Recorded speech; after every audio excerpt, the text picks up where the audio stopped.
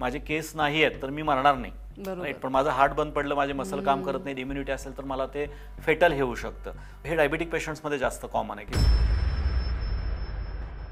मुलं आधी कंडिशन्स टाकायचे, मुलीचे लांब केस हवेत, लग्नाची कंडिशन असायची. खरंय खरंय खरंय. सो डायबिटीजमुळे केस गळतात का? डायबिटीसमुळेच नाही तर बरेच सारखे फॅक्टर्स आहेत. हेअरफॉलच्या बाबतीत, डायबिटीसच्या बाबतीत मी म्हणेन की 2% जीन्स कॉन्ट्रीब्यूट करतात आणि बाकीचा जो 98% असतो ते एन्व्हायरमेंट. पण हेअरफॉलला, ग्रेइंग ऑफ हेअरला, तुमचे केस पांढरे होण्यासाठी आणि बाल्डनेससाठी जवळपास तुमचं 70 to 75% जीन्सचं कॉन्ट्रीब्युशन असतं. आई, आजी, आजोबा, काका, काकू, मामी, व्हॉटेवर जे आहेत, तर त्याच्यामध्ये जर का तुम्हाला हे समस्या असेल तर तुमच्याकडे येण्याची शक्यता 70 to 75% आहे. इन स्टँड्स जो सगळ्यात major contributing factor other than protein, nutritional deficiency. Okay. म्हणजे जे आपल्या खाण्यामधून आपल्याला जे मिळायला पाहिजे, सगळ्यात महत्त्वाचं जे आहे ते व्हिटॅमिन B12, त्याच्यानंतर येते vitamin D, folic acid, iron, त्याच्या खालोखाली येणार ओमेगा 3, त्याच्या परत खाली आपण जर का अजूनही थोडंसं आपण आलो तर calcium, phosphorus, magnesium. So nutritional deficiency, सगळ्या पद्धतीचे व्हिटॅमिन्स आणि मिनरल्स जे आपल्याला खाण्यातनं मिळायला पाहिजेत ते आपल्याला आपल्या खाण्यातनं येत नाहीत, त्यामुळं पण हेअरफॉल जास्त दिसून येतोय. ब्लड शुगर लेवल जर आपली कंट्रोलमध्ये आली तर केस गळणं थांबतं का? कुठल्या मार्गाने तुम्ही कंट्रोलमध्ये आणताय ते मॅटर करतं. म्हणजे तो डायबिटीसमध्ये जे मेटफॉर्मिन किंवा हे जे मेडिसिन्स घेतले जातात त्यामुळे गट हेल्थ खराब होती. गट हेल्थ खराब झाल्यामुळे ॲब्सॉर्प्शन खराब होतं. ॲब्सॉर्प्शन खराब झाल्यामुळे प्रोटीनपासून हे सगळे जे केसांना पोषण देणारे जे व्हिटॅमिन्स आहेत, ते मिनरल्स आहेत, ते गटमध्ये ॲब्सॉर्ब नाही होत. त्यामुळे डायबिटिक पेशंट्समध्ये ह्याचं प्रमाण अधिक दिसून येतं.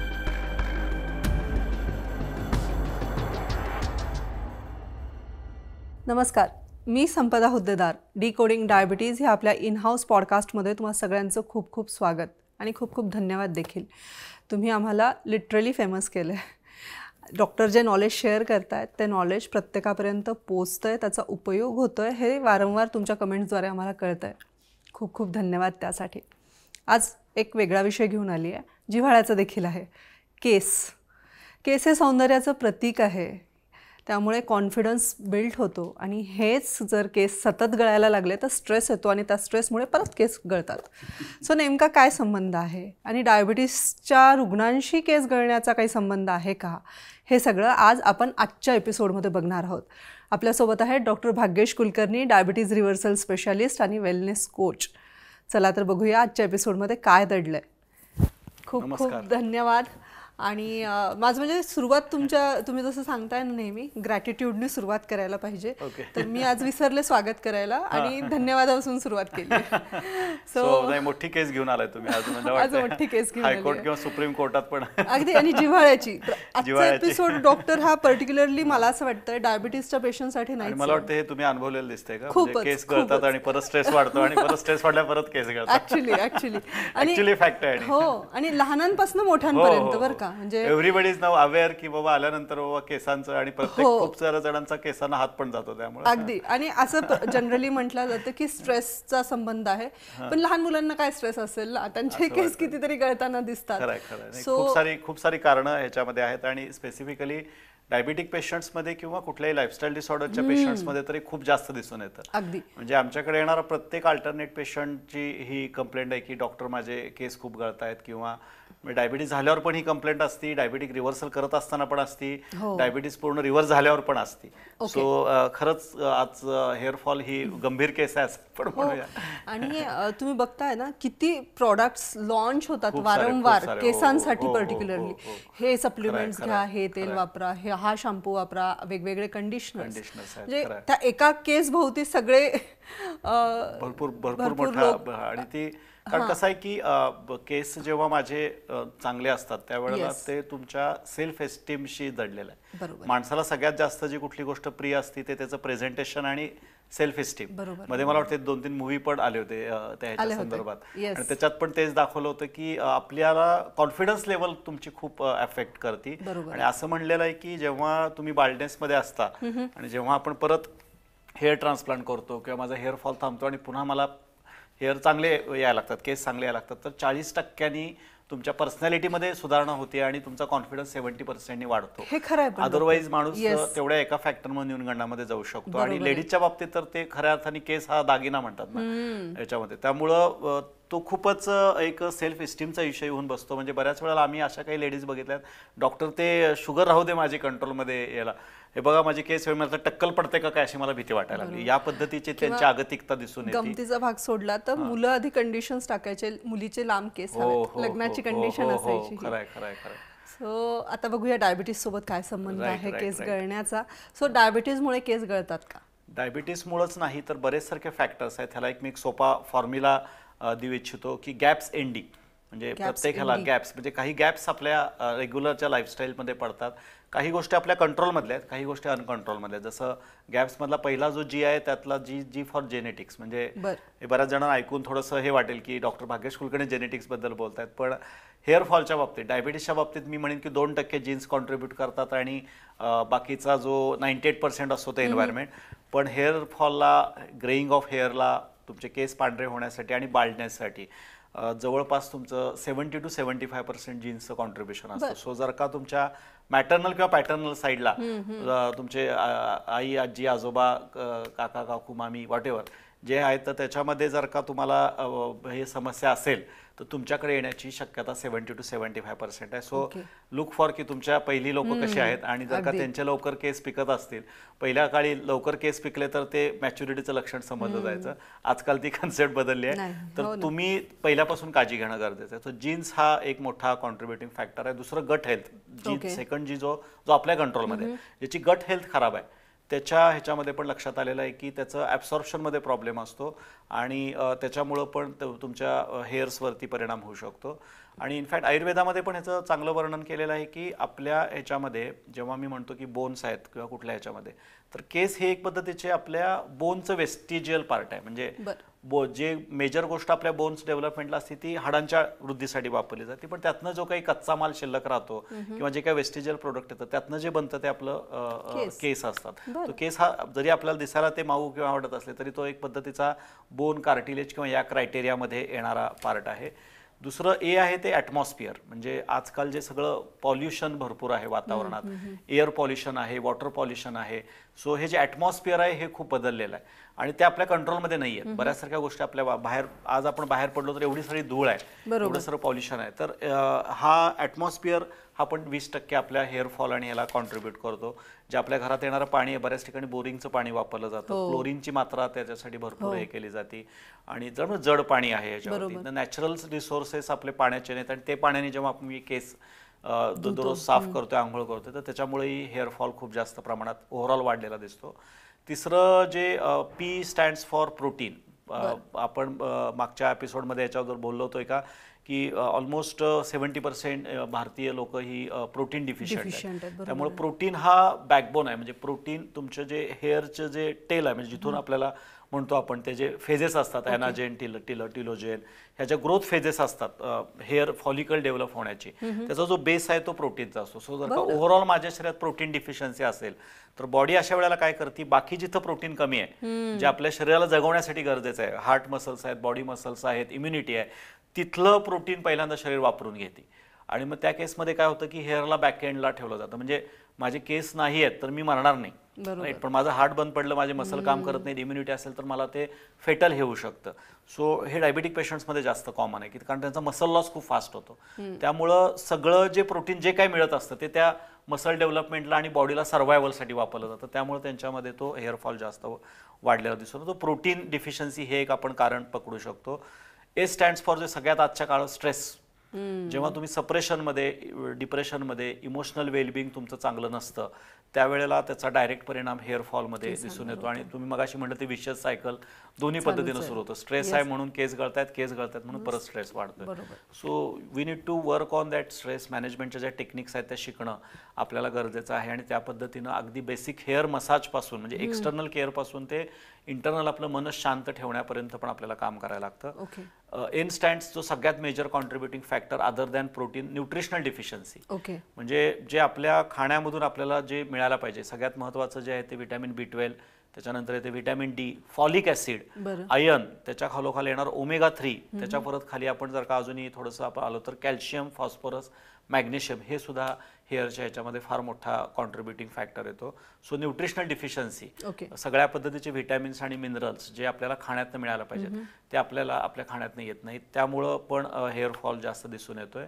आणि D stands for certain disorders. Okay, म्हणजे डिसऑर्डर्समध्ये जसं डायबिटीसमध्ये असलेला इन्शुलिन रेजिस्टन्स आहे, थायरॉइड, आजकाल थायरॉइड खूप साऱ्या लोकांच्या मध्ये, आणि एव्हरी थायरॉइड लेडीची कंप्लेंट आहे की आमचा हेअरफॉल होतोय. कारण थायरॉइडचं जेव्हा माझं मेटाबॉलिझम डिस्टर्ब होतं, मला जेव्हा डायबिटीस होतो, जेव्हा मला ब्लड प्रेशरसारखा त्रास असतो, तर इन्शुलिन रेजिस्टन्स हा एक खूप मोठा कॉन्ट्रीब्युटिंग फॅक्टर लक्षात आलेला आहे, जो हेअरच्या ग्रोथमध्ये अडथळा आणतो तुमचे. त्यामुळे हेअर फ्रजाईल होतात आणि लवकर ते हेअर तुटतात, आणि त्यामुळं पण हे होतं. काही डिसऑर्डर्स आहेत, काही ड्रग्ज आहेत, की जसं केमोथेरपीमध्ये वगैरे आपण बघितलेलं आहे की केमोथेरपीचा साईड इफेक्ट म्हणून एक होतं. काही सायकोट्रॉपिक ड्रग्ज आहेत. थायरॉइडच्या पिल्स जेव्हा आपला एक्सेसिव्ह डोस त्याचा वाढतो, त्याचा आपल्या केसांच्या हेल्थवरती परिणाम झालेला दिसून येतो. सो हे सगळे फॅक्टर आहेत, हे हेअरफॉलला जास्त कॉन्ट्रीब्यूट करतात. आणि बऱ्याच वेळेला डायबिटीस हा एकटा येत नाही, डायबिटीस बरोबर काही ना काहीतरी कोमॉर्बिड कंडिशन येते, आणि डायबिटीसचं मेजर कारणच इन्शुलिन रेजिस्टन्स आहे, त्यामुळं तो परिणाम जास्त ह्याच्यामध्ये दिसतो. दुसरं, डायबिटीसमध्ये जे मेटफॉर्मिन किंवा हे जे मेडिसिन्स घेतले जातात, त्यामुळे गट हेल्थ खराब होती. गट हेल्थ खराब झाल्यामुळे ॲब्सॉर्प्शन खराब होतं. ॲब्सॉर्प्शन खराब झाल्यामुळे प्रोटीनपासून हे सगळे जे केसांना पोषण देणारे जे व्हिटॅमिन्स आहेत, ते मिनरल्स आहेत, ते गटमध्ये ॲब्सॉर्ब नाही होत. त्यामुळे डायबिटिक पेशंट्समध्ये ह्याचं प्रमाण अधिक दिसून येतं, असं मी सांगेन. पण मग हे केस गळणं हे तात्पुरतं लक्षण आहे का कुठलंही? नाही, केस गळणं हे तात्पुरतं लक्षण नाहीये. तुमच्या अंडरलाईन कुठल्या तरी मेजर डिसऑर्डर किंवा मेजर डिफिशियन्सीचं ते लक्षण आहे. बरं. सो केस गळणं हे सिम्पटम आहे. बरं. म्हणजे केस गळणं हा रोग नाहीये. बरोबर, राईट. आणि ह्याच्यामध्ये पण दोन्हीमध्ये आपल्याला फरक लक्षात घेतला पाहिजे की सगळ्यांच्यामध्येच केस गळतायत म्हणजे त्याच्यात डिसऑर्डर असायला पाहिजे, ही गरज नाही.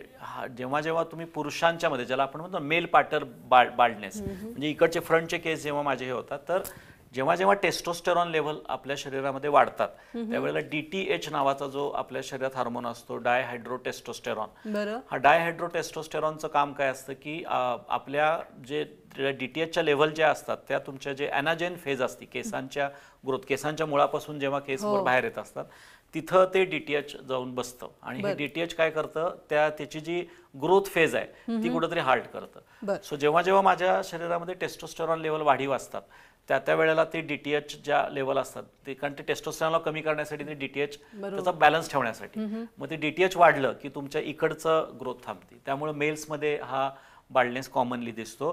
तर हा जो आहे, हा आपल्याला त्या पद्धतीचा ट्रीटमेंट घेऊन किंवा ट्रायकॉलॉजीचा सल्ला घेऊन किंवा काही मायनोडॉक्सिल वगैरे अशी मेडिसिन्स असतात, त्याचा तुम्ही वापर करून हा तुम्ही तात्पुरता रोखू शकता, किंवा PRP थेरपी वगैरे. म्हणजे तो आपला डायबिटीसशी संपर्कात येत नाही. म्हणजे काय? आपल्याच ह्याचं प्लाझ्मा किंवा आपलंच ब्लड घेऊन ते इंजेक्ट केलं जातं, त्याला PRP थेरपी असं म्हणतात. हे किंवा त्याला PRP, मेझोथेरपी, लेझर टेक्निक, हा सगळा ट्रायकॉलॉजीचा पार्ट येतो. तर हा कॉस्मेटिक भाग झाला. तर तिथं म्हणजे काय, मला कम्प्लीटच पॅचच डेव्हलप झालाय किंवा बाल्डनेस झालाय. हा मेल पॅटर्न बाल्डनेस जास्त असतो, काही लेडीजमध्ये पण हा दिसतो. तर we are not talking about that part, तो कॉस्मेटिक इश्यू आहे. What we are talking about की अंडरलाईन डिसऑर्डरमुळे, most of the time nutritional डिफिशियन्सीमुळे, की जे आपल्याला इझिली करेक्ट करता येतं. जर का मी त्या न्यूट्रिशनल डिफिशियन्सी करेक्ट केल्या, गट हेल्थ माझी चांगली मेंटेन ठेवली, माझ्या शुगर लेवल चांगल्या मेंटेन केल्या, रेग्युलर मी एक्सरसाइज केला आणि माझा इन्शुलिन रेजिस्टन्स कमी केला, तर माझा हेअरफॉल कमी होऊ शकतो. होतं काय की बेसिकली नॉर्मली रोज 50 ते 60 केस गळणं हे नॉर्मल आहे. म्हणजे आपल्याला लक्षात पण येत नाही, तेवढे केस आपले रेग्युलर बेसिसवरती येत पण असतात आणि हे पण होत असतात. तर नॉर्मल जर का एखाद्या हेल्दी ह्युमन ॲडल्टचा रेशो आपण पकडला, तर रोजचे आपले 50 ते 60 केस नवीन उगवून येत असतात आणि तेवढेच केस आपले गळत असतात किंवा त्याचा ऱ्हास होत असतो. पण हा जेव्हा स्पीड वाढतो, म्हणजे बेसिकली हेअरफॉल होतो, म्हणजे काय होतं, तर हा स्पीड तब्बल 80, 90, 100, काही काही जणांच्या 200 पर्यंत. म्हणजे तुम्ही बऱ्याच वेळा बघितलं असेल की घरात ते एक पुंचकेच पडलेले असतात असे. तर हा खूप जास्त आहे. म्हणजे माझ्या उगवण्यापेक्षा ऱ्हास होण्याचा वेग जेव्हा वाढतो, त्यावेळेला ते व्हिजिबली दिसायला लागतं. आणि या पद्धतीचा हेअरफॉल आहे, हा आपण natural remedies, diet correction, discipline, ह्याने आपण तो करेक्ट करू शकतो. मग त्याला एक्सटर्नल पण ऍप्लिकेशन्स आहेत आणि इंटरनल पण आहेत. राईट. सो मला आपण त्यावर जाऊच या, मला विचारायचेच आहेत उपाय, हे सगळे नैसर्गिक उपाय, घरगुती उपाय आहेत का? पण त्याआधी एक प्रश्न आहे की ब्लड शुगर लेवल जर आपली कंट्रोलमध्ये आली तर केस गळणं थांबतं का?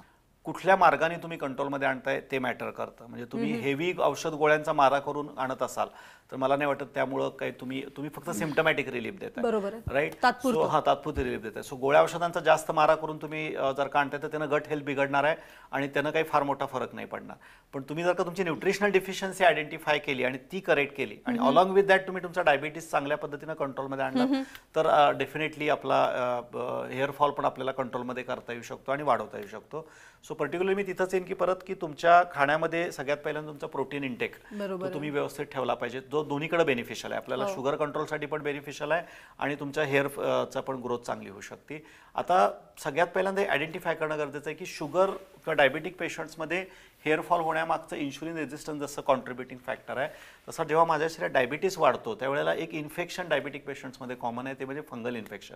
किंवा डायबिटिक पेशंट्समध्ये किंवा ओव्हरऑल आजच्या ह्याच्यामध्ये डॅन्ड्रफ होण्याचं प्रमाण जास्त आहे. तर डॅन्ड्रफ म्हणजे वेगळं काही नाही, एक पद्धती ईस्ट आहे, तो एक पद्धतीचं फंगल इन्फेक्शन आहे. सो जेव्हा माझ्या केसांमध्ये फंगल इन्फेक्शन वारंवार होतंय त्यामुळे मला इचिंग होतंय, केस खाजतायत आणि माझे केस गळतायत, तर you need to focus on fungal infection. मग त्या फंगल इन्फेक्शन कंट्रोल करण्यासाठी जी काही ट्रीटमेंट आहे ती प्रॉपर डर्मॅटॉलॉजिस्ट कडून, स्किन स्पेशालिस्ट कडून तो जो काय अँटी फंगलचा जो काय डोस आहे, पर्टिक्युलरली जे आपण ह्याच्यामध्ये फ्लुकोनॉझोल किंवा किटोकोनॅझोल ह्याच्या तुम्हाला एक्सटर्नल ऍप्लिकेशन्स पण येतात, एक्सटर्नल शॅम्पू पण तुम्ही त्यासाठी वापरणं गरजेचं असतं आणि ओरल टॅबलेट्स पण घेणं गरजेचं आहे. आणि फंगल इन्फेक्शन रिपीटेड ज्या कारणामुळे होतंय त्याच्यासाठी तुम्ही तुमचा डायबिटीस कंट्रोल ठेवणं. सो इनडायरेक्टली तुम्ही काय करता की जेव्हा डायबिटीस, मला जर का फंगल इन्फेक्शन आहे, डॅन्ड्रफ आहे, तर एक्सटर्नली फक्त शॅम्पू लावून तो डॅन्ड्रफ हे करण्यापेक्षा मी तिथं जर का नैसर्गिकरित्या शुगर कंट्रोलवरती भर दिला तर माझं रिपीटेडली फंगल इन्फेक्शन होणार नाही. सायमल्टेनियसली जर का मला डॅन्ड्रफ आहे, जर का मला फंगल इन्फेक्शन आहे, तर बरेच लोक काय करतात, टेम्पररी अरेंजमेंट्स करतात. तर माझं त्या लोकांना काय सजेशन राहतं की if you are suffering from fungal infection or dandruff, at least 3 महिने तरी सलग, 3 महिने किंवा ॲटलिस्ट 3 आठवडे, मिनिमम 3 आठवडे तुम्ही सलग अँटी फंगल जे शॅम्पू येतात मेडिकल डॉक्टरांच्या सल्ल्याने ते पहिला तुम्ही वापरा. केमिकलयुक्त शॅम्पूवरती तुम्ही जाऊ नका किंवा कंडिशनर इमिजिएटली वापरायला जाऊ नका. तुम्ही कम्प्लिटली दोन्ही ट्रीटमेंट कम्प्लीट करा. ओरल टॅबलेट्स असतात त्या आठवड्याला एकदा किंवा दोनदा घ्याव्या लागतात, जे अँटी फंगल आहेत त्या कमीत कमी 5 आठवडे किंवा 6 आठवडे घेणं आणि लाईक फ्लुकोनाझोल वगैरे असतात त्याचा तुम्ही डोस करणं. शॅम्पू पण तुम्ही अँटीफंगल पहिले थोडे दिवस सलग तुमचे जेव्हा जेव्हा तुम्ही बाथ घेताय तर 3 आठवडे सलग वापरा, नंतर आठवड्यातनं 2 वेळेला, नंतर आठवड्यातनं एकदा, असं करत करत तुम्ही 90 डेज पहिल्यांदा पूर्ण कंप्लीट करा. आणि मग तुम्ही हर्बल शॅम्पूज किंवा जे केसांना सुदिंग आहेत ते तुम्ही शॅम्पूज वापरून तुम्ही जर का हेअर हे केला तर हेअरफॉल लवकर कंट्रोलमध्ये येऊ शकतो.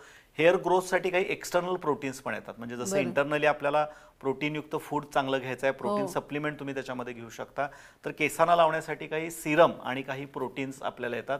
तर ते रोज रात्री तुम्ही झोपताना जर का ते सिरम आणि जर का प्रोटीन बायोसिरम असतात, हेअर बऱ्याच सारख्या चांगल्या कंपन्यांचे किंवा ह्याचे प्रोटीन्स येतात, ते जर का तुम्ही हे केलेत आणि कुठल्याही ह्याच्या पद्धतीचा मसाज तुम्ही योग्य पद्धतीनं करणं गरजेचं आहे. केसांच्या मुळांना सर्क्युलेशन चांगलं मिळत नाही. डायबिटिक पेशंट्समध्ये होतं काय की चिकटपणा वाढल्यामुळं जे काही सर्क्युलेशन त्यापर्यंत जायला पाहिजे, जे काही ऑक्सिजन तिथं मिळायला पाहिजे तो मिळत नाही.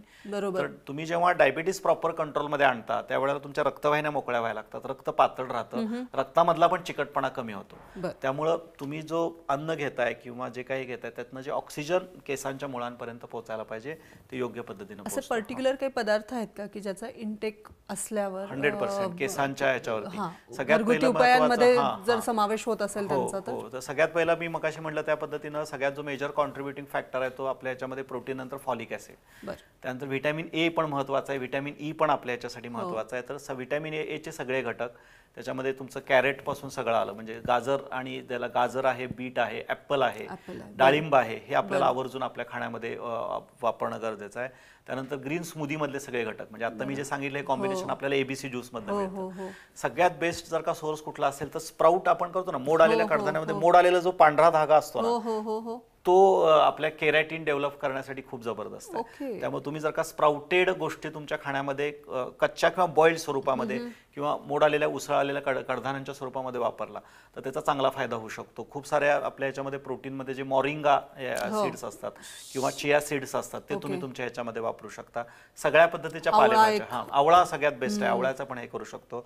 तर काही गोष्टी तुम्ही इंटरनली इनटेक करायचं आहे आणि काही एक्सटर्नल ऍप्लिकेशन, जसं मी म्हटलं की तुम्हाला डॅन्ड्रफ नाही आहे, तुम्हाला फंगल इन्फेक्शन आहे, तरी पण तुमचा जर का न्यूट्रिशनल डिफिशियन्सीमुळे हे होतंय तर मी ओरल टॅबलेट्सचा सहारा घेतला, ओरल सप्लिमेंटचा, आणि एक्सटर्नल पण तुम्ही ऍप्लिकेशन्स तशा पद्धतीनं करू शकता की ज्याच्यामध्ये कॉमन मी सांगतो की 2 पद्धतीचे ऑइल, बऱ्याच जणांचं असतं की ऑइलने काय फायदा होतो का, तर 2 ऑइल मला स्पेसिफिकली आतापर्यंत डायबिटिक पेशंट्समध्ये, एक तर सिंपल कोकोनट ऑइल जे तुम्ही त्यानं हलक्या हाताने मसाज करू शकता, आणि दुसरं महाभृंगराज म्हणून एक येतं, भृंगराज आयुर्वेदिक ह्याच्यामध्ये, तर त्याचाही चांगला इम्पॅक्ट जर का रोज रात्री तुम्ही महाभृंगराज तेल किंवा ज्या वेळेला तुम्ही वॉश करणार आहात, पर्टिक्युलर लेडीज आठवड्यातून एकदा किंवा दोनदा, तर हेअर वॉश करायच्या आदल्या दिवशी रात्री जर का तुम्ही महाभृंगराज तेल वापरलं तर त्याचा चांगला फायदा होऊ शकतो. जे आपण नॅचरल रेमेडी सांगतो घरातल्या घरात जे आपण करू शकतो आणि इझिली सगळेजण फॉलो करू शकतात, त्यामध्ये एक सोपी टिप मी देऊ इच्छितोय की आपल्या रेग्युलर कोकोनट ऑइल जे असतं तर त्याच्यामध्ये करी लिव्स, त्यानंतर मेथी सीड्स, थोडंसं आवळा पावडर, आणि जर का आपण हे घेतलं कांदा बारीक कट केलेला ह्याच्यावरती, तर ह्याचं मिश्रण साधारण 1 वाटी जर का आपण कोकोनट ऑइल जर का घेतलं, त्याच्यामध्ये एक 12 ते 15 करी लिव्स म्हणजे कढीपत्त्याची पानं, एक अर्धी वाटी कांदा बारीक कट केलेला, आणि मेथी सीड्स पण एक मेथीदाणे, आणि 1-2 चमचे आवळा पावडर, हे सगळं जर का तुम्ही मिक्सरमध्ये एकत्र करून जर का गाळून घेतलं आणि ते दररोज रात्री झोपताना केसांच्या मुळांना लावलं तर 7 ते 10 दिवस पुरतं 1 वाटीभर तेल आपल्याला. तशा हे जर का तुम्ही रेग्युलरली करत गेला तर त्यानं केस तुमचे ग्रेइंग पण कमी होतं, केसांची वाढ पण चांगली होती, आणि तुम्ही थोडीशी एक्सटर्नल पण काळजी घेणं गरजेचं आहे. म्हणजे असं म्हणतात की खूप जास्त गरम पाणी नको आहे केसांना, खूप जास्त गार पण नको आहे, थोडं नॉर्मल लुकवॉर्म वॉटर तुम्ही हे करायचं आहे. केस धुतल्यानंतर बऱ्याच जणांना सवय काय असते की केस धुतले, आंघोळ झाली की जाऊन पंखा लावायचा किंवा ते हेअर ड्रायर, वेट हेअर लवकर तुटतात, थोडंसं त्याला वाळून देणं, किंवा थोडंसं पहिलं जुन्या काळी ते काय करायचे, टॉवेलनी बांधून थोड्या वेळ ठेवायचे, ते पाणी पूर्ण गेल्यानंतर मग तुम्ही हे करायचंय. इव्हन साधं कोम्बिंग करताना सुद्धा तो एक मोठ्या ह्याचा येतो बघा, मोठ्या लाकडी एक हे येतो, कंगवा येतो, तशा पद्धतीचा कंगवा वापरायचा आहे. आणि केस हे करताना ना उलट्या डायरेक्शन मध्ये आपण ते काय करतो, ज्या रेग्युलर डायरेक्शन, पर्टिक्युलर लेडीज लोकांना मला सांगायला आवडेल की तुम्ही त्या डायरेक्शन मध्ये करू नका. तुम्ही जर का अपोजिट डायरेक्शन्स मध्ये केस हे केलेत ना तर ते जरा कमी त्याच्यामध्ये होतील. सो तुमचे केस थोडेसे एक्सटर्नल पण हे करायचं आहे.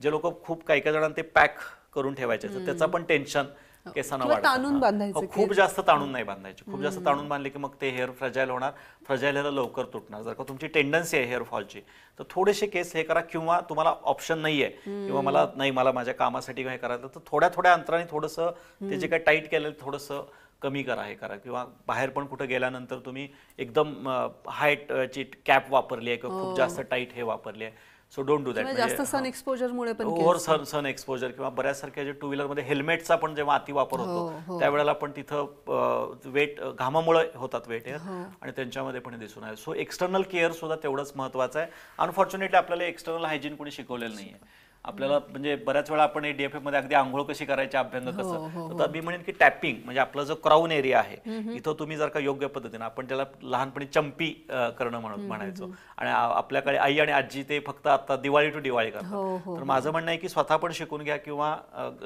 एकमेकांनी एकमेकाची चंपी करत जावा आठवड्यातून एकदा दोनदा. त्यामुळे तुम्हाला थोडा स्ट्रेस पण कमी व्हायला मदत होती आणि हे पण तुमचं वाढू शकतं. काही रॅपिड फायरचे क्वेश्चन्स आहेत, घेऊ? नक्की. फक्त तेल उपयुक्त आहे केस, योग्य तेल योग्य पद्धतीनं मसाज करून वापरलं तर तेलाचा फायदा होतो. म्हणजे माझा वैयक्तिक अनुभव तर आहे की तेलाचा फायदा होतो. योग्य तेल वापरा, आता मी सांगितलं त्या पद्धतीने वापरा, होणार 100%. आणि पाण्यामुळे आपल्या आया लहानपणापासून तेल लाव म्हणायचं. राईट, आता तुम्ही एक तेलाचं सांगितलेलं सांगितलं, ती तर सिंपल टिप आहे, घरातल्या घरात करू शकता. पाण्यामुळे केस गळतात? बोरिंगच्या पाण्यामुळे किंवा हार्ड वॉटरमुळे केस गळतात. येस. ओके. आणि उत्तम केस असणं हे उत्तम आरोग्याचं लक्षण आहे का? 100% उत्तम केस हा आरसा आहे. केस हा आरसा आहे. तुमचं उत्तम केस असणं हे उत्तम आरोग्याचं लक्षण आहे. ओके. 100%. आणि शेवटचा, एकदा गेलेले केस परत येत नाहीत? एकदा गेलेले केस परत येत नाहीत. हा म्हणजे नॅचरली नैसर्गिक जर का तुम्हाला जेनेटिक बाल्डनेस असेल तर डिफिकल्ट असतं याच्यावरती, मग त्याला तुम्हाला हेअर ट्रान्सप्लांट वगैरे करणं गरजेचं आहे. पण तुम्हाला सिंपल हेअर फॉल होतोय आणि आता जर का न्यूट्रिशनल डिफिशियन्सी तर ते केस येऊ शकतात, असं काही नाही. Thank you so much. डेफिनेटली केस याच्यामध्ये येऊ शकतात. एक पॉईंट आपला फक्त राहिला की स्ट्रेस वरती पण मला सांगायला आवडेल की बाकी आपण न्यूट्रिशनल वरती भरपूर बोललो, तर स्ट्रेस मॅनेजमेंट पण महत्वाचा पार्ट होतो. त्यामुळं मेडिटेशन करणं, प्राणायाम रेग्युलर सनलाईट एक्सपोजर ह्याच्यावरती हे सुद्धा तेवढंच गरजेचं आहे. निसर्गाच्या जास्तीत जास्त जवळ जाणं आणि कायम फॉरगिव्हनेस आणि ग्रॅटिट्यूड मोडमध्ये राहणं हे सुद्धा तेवढंच आवश्यक आहे तुमच्या केसांच्या वाढीसाठी. कारण स्ट्रेस तुम्ही जोपर्यंत हे करत नाहीये तोपर्यंत तुमची सिम्पॅथेटिक सिस्टीम ऍक्टिव्हेटेड राहते आणि हाय कॉर्टिसॉल लेवल ऑलवेज तुमच्या म्हणजे जेव्हा बॉडीमध्ये स्ट्रेस डेव्हलप होतो त्यावेळेला तो 100% हेअरफॉलकडे कॉन्ट्रीब्यूट करतो. त्यामुळं जेवढं शक्य आहे तेवढं प्रेझेंट टेन्समध्ये राहणं, जेवढं शक्य आहे तेवढं मन आणि चित्त शांत ठेवणं, डीप ब्रिदिंग असेल, प्राणायाम असतील, मेडिटेशन असेल किंवा ओमचं चॅन्टिंग असेल, हे तुमच्या ओव्हरऑल हेल्थ बरोबर केसांच्या वृद्धीसाठी आणि केसांच्या वाढीसाठी सुद्धा उपयोगाचं ठरू शकतं. आय होप आज बऱ्याच केसेस सॉल्व्ह झाल्या असतील. येस, बऱ्याच जणांचे प्रश्नही सुटतील आता केसांच्या समस्या सुटतील. येस, खूप खूप धन्यवाद डॉक्टर. आणि एक अजून एक सल्ला मला द्यायला आवडेल की ठीक आहे आता मी जे काही उपाय सांगितले किंवा ज्या गोष्टी सांगितल्या या कशा आहेत की बेसिक लेवलच्या किंवा ह्याच्या लेवलच्या, तुम्हाला 1 महिना 2 महिना ह्या टिप्स वापरून पण जर का तुमचं होत नसेल तर माझा सल्ला राहील की तुम्ही तज्ञ डर्मॅटॉलॉजिस्ट किंवा ट्रिकॉलॉजिस्टचा ओपिनियन घ्यावा, हेल्प घ्यावी. आज खूप सारे ॲडव्हान्सेस ह्याच्यामध्ये आहेत आणि त्याचा पण तुम्ही वापर करू शकता. असं नाही की प्रत्येक वेळेला मला फक्त एक्सटर्नल एलिमेंटचा खूप जास्त हेअरफॉल होतोय, खूप जे होतंय सगळं करून पण होत नाहीये, then you can go for hair transplant आणि ह्या पण आहेत आणि तुम्ही त्याचाही वापर करू शकता. आता बऱ्याच सामान्यांच्या आव्याकात ह्या गोष्टी आलेल्या आहेत आणि त्याचा तुम्ही योग्य सायंटिफिक डॉक्टरांच्याकडे जाऊन किंवा त्याचा सायंटिफिक अभ्यास करून तुम्ही त्याचा वापर जरूर करू शकता. क्या बात, very nice, thank you so much. So आजच्या एपिसोडमध्ये तुम्हाला योग्य न्यूट्रिशन, योग्य प्रोटीन आणि त्याशिवाय एक्सटर्नल काळजी घेणंसुद्धा तितकीच गरजेचं आहे. योग्य प्रकारचं तेल, त्याशिवाय डॉक्टरांनी सांगितलेले चंपी आणि त्यांनी सांगितलेलं गॅप्स इंडी ह्याच्यावर जरूर भर द्या. आणि आजचा एपिसोड कसा वाटला हे आम्हाला जरूर सांगा. येणारे एपिसोड्स तुम्हाला कुठल्या विषयावर आमच्याकडून ऐकायला आवडतील हेही कळवा. आपलं चॅनल जर सबस्क्राईब केलं नसेल तर ते जरूर सबस्क्राईब करा. खूप खूप धन्यवाद.